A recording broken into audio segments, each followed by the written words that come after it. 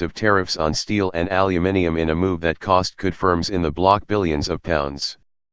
U.S. President Donald Trump promised to impose tariffs, claiming trade across the Atlantic was a one-way street.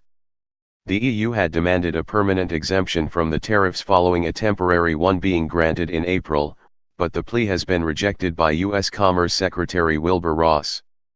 French Finance Minister Bruno Le Maire had earlier met with Mr. Ross in a last-ditch attempt to prevent the tariffs being imposed, but they failed to come to an agreement. Among the concessions the Trump administration is seeking is an agreement on a quota that would limit European steel and aluminium exports to the U.S. while also wanting the 10% auto tariff to be lowered, for which it would be ready to grant an exemption to the EU from the steel tariff. But EU leaders have immediately vowed to retaliate against the US, with the bloc ready to launch a case at the World Trade Organization, WTO, where it will trigger a dispute settlement as it believes the US are breaking agreed international trade rules. Trade Commissioner Cecilia Malmström said, "The US has sought to use the threat of trade restrictions as leverage to obtain concessions from the EU. This is not the way we do business, and certainly not between long-standing partners, friends, and allies. Now that we have clarity, the EU's response will be proportionate and in accordance with WTO rules. We will now trigger a dispute settlement case at the WTO, since these U.S. measures clearly go against agreed international rules. We will also impose rebalancing measures and take any necessary steps to protect the EU market from trade diversion caused by these US restrictions."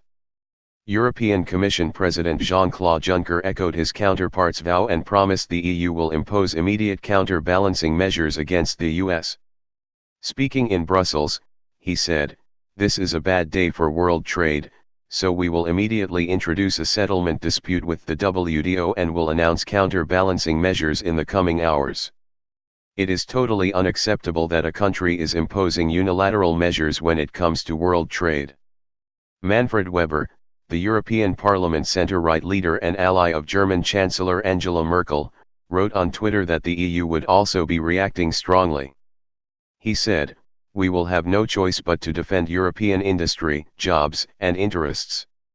We will not accept this highly regrettable decision without reacting." Britain said it was deeply disappointed by the decision from the US and claimed it should be permanently exempted from the tariff measures. A government spokesman said, "We are deeply disappointed that the US has decided to apply tariffs to steel and aluminium imports from the EU on national security grounds. The UK and other European Union countries are close allies of the US and should be permanently and fully exempted from the American measures on steel and aluminium."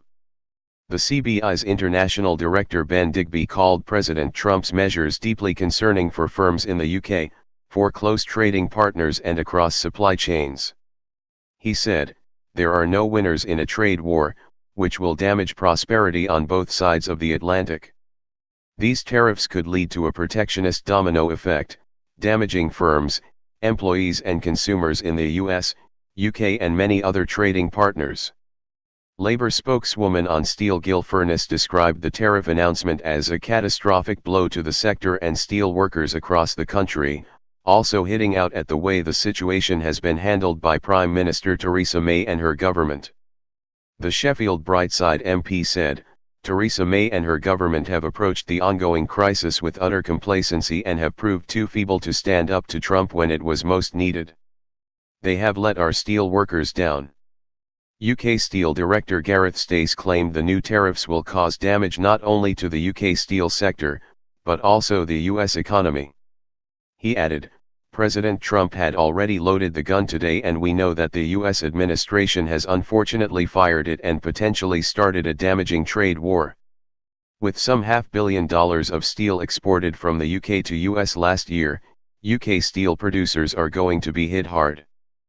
But in an interview with television network CNBC, the US Commerce Secretary Wilbur Ross was unfazed by any threats of retaliation from the EU.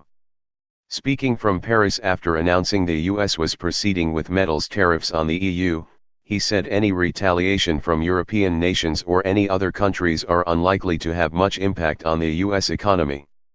He added there won't be a long-term impact